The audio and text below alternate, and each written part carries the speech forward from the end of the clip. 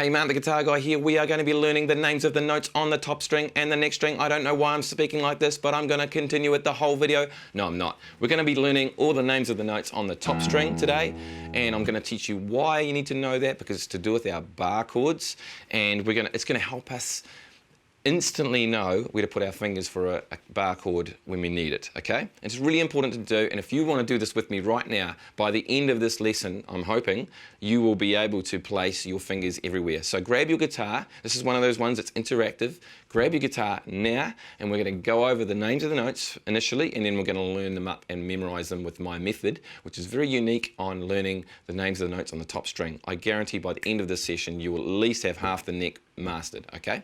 Let's do it.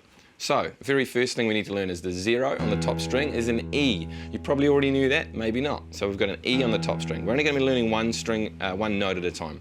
Then we have an F at the 1st fret, a G at the 3rd fret, 5th fret is an A.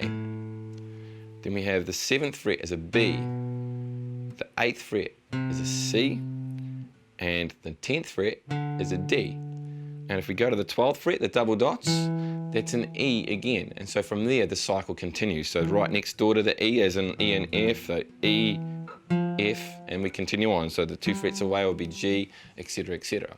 So now that way of learning it is a very slow way of learning by going through them all individually like that. So what we're going to do is we're going to learn 3 at a time.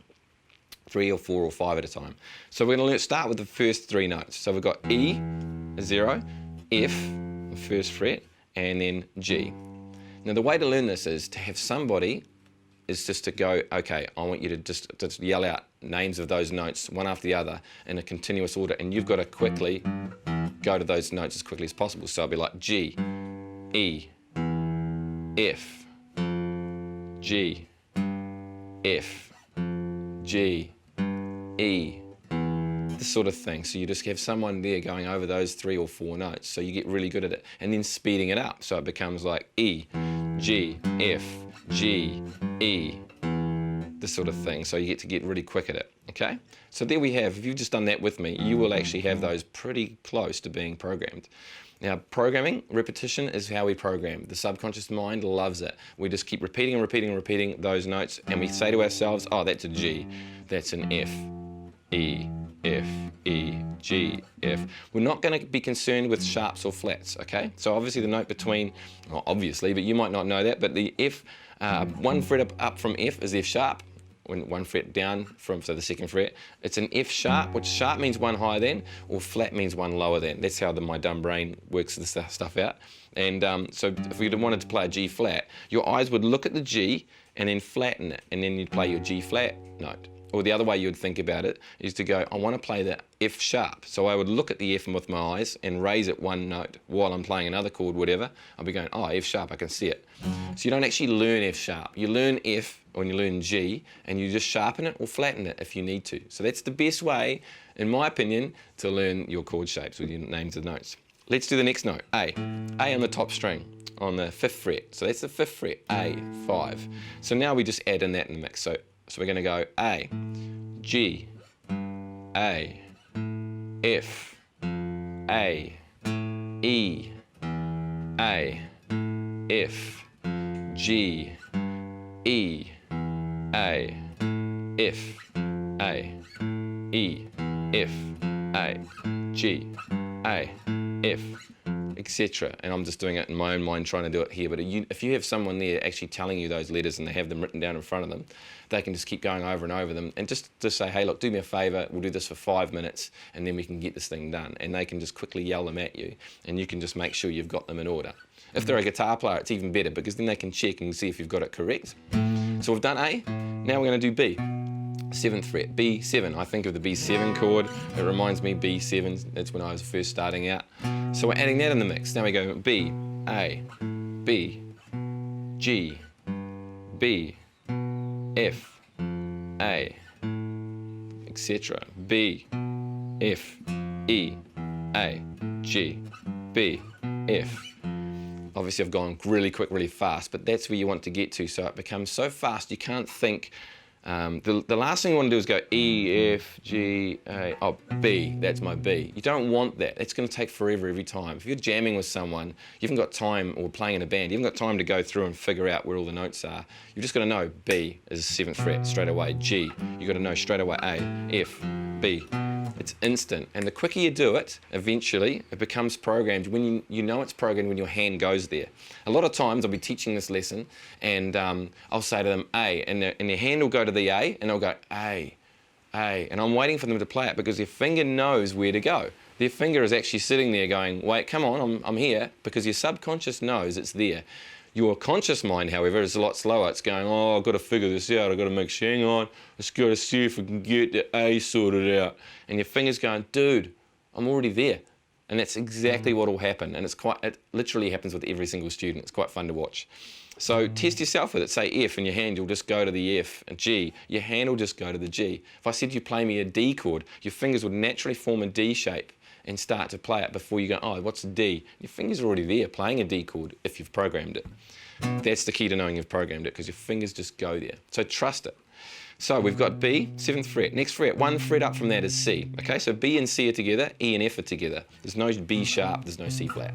So C is the 8th fret. So we go C, B, C, A, C, G, C, F, C, G, C. I'm just putting C in every second time because we've just learnt C, and it's good to program where the C is. Go to the C. C, G, A, F, C, E, A, B, C, G. And if you get really clever, you get them to do 2 notes at once. So you go C, G, and so you have to go C, G. You might go G, C, A, G, C, A, that sort of thing, okay? That's when you really start getting into the advanced way of doing this. 1 more to go, D, 10th fret. Okay, 10th fret is D. D10, so now we're going to add that in the mix. D to C, D, A, D, F, D. See, I'm coming back to D every time at the beginning. That's helping us program where the new D is. So you get a lot of chances to play the D and get that programmed into your subconscious mind. G, D, A, D, F, D, E. So you can see the pattern here. Now I'm doing D every second time. Now you mix it up by doing all the different notes that you've learnt so far. So A, G, E, A, C, D. Then you do that for a while. Then you might spend 5 minutes on that, or 2 minutes. Doesn't really matter. It's as long as you want to program it whenever you feel comfortable. The next thing is to do 2 notes at once or 3 notes at once. So you might go D, C, A. And I go D, C, A. Now if you get it wrong, it doesn't matter. You might find 1 or 2 notes are real sticklers for you. By that I mean some of the notes you're thinking, man, I don't know why, but B, I keep playing, going to go B, but I play the A. I don't know why I do that. If that's the case, spend some time on the one that is the problem, going back to the beginning, just going B, B, B, and you go B, A, cool, B, C, B, C, B, B, everything else, until you become really confident with that. Now that's how we learn the names of the notes on the top string. If you apply that to the next string as well, the A, you get exactly the same result. So we start with the A and we do the same thing. We learn where the names of the notes are. We do the same thing. We start with the first few notes. However, at this stage, I just want you to know the names of the notes on the top string, and then we can apply it to our bar chords. Now, I hope that lesson has been amazing. I hope you've sat down with your guitar and actually gone through this with me, because you will have a great grasp of how to do the names of the notes on the top string.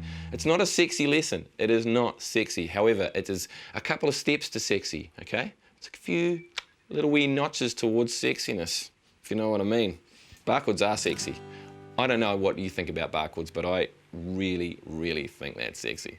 Now, if you like my style of guitar teaching, and if you'd love to learn more, please subscribe to the channel and go and check out jamrama.com. There's a whole lot of free stuff. There's all these things and tips and tricks on my methods of teaching and programming the subconscious for you to play amazing guitar. Go and check that out, and I look forward to seeing you soon. Mark the Guitar Guy signing off. Thank you.